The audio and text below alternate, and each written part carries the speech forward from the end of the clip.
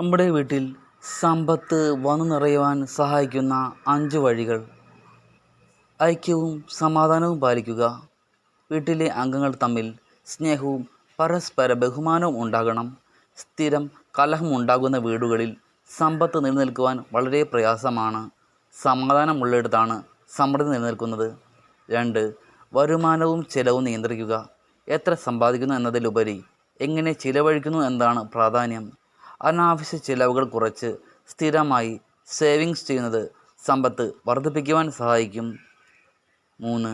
വീട്ടിലെ ശുചിത്വക്രമവും പാലിക്കണം.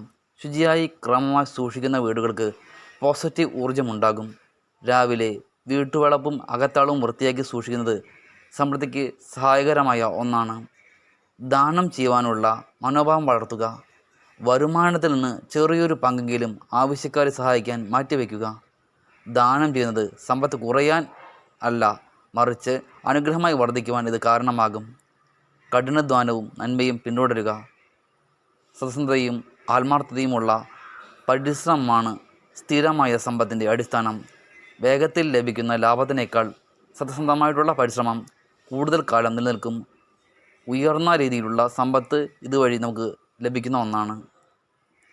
ഈ 5 വഴികൾ മനസ്സിലാക്കി ജീവിതത്തിൽ നടപ്പിലാക്കുമ്പോൾ വീട്ടിൽ സമ്പത്ത് മാത്രമല്ല നിറയുക, സന്തോഷവും സമാധാനവും നിറഞ്ഞൊരു അന്തരീക്ഷം കൂടി ഉണ്ടാകും.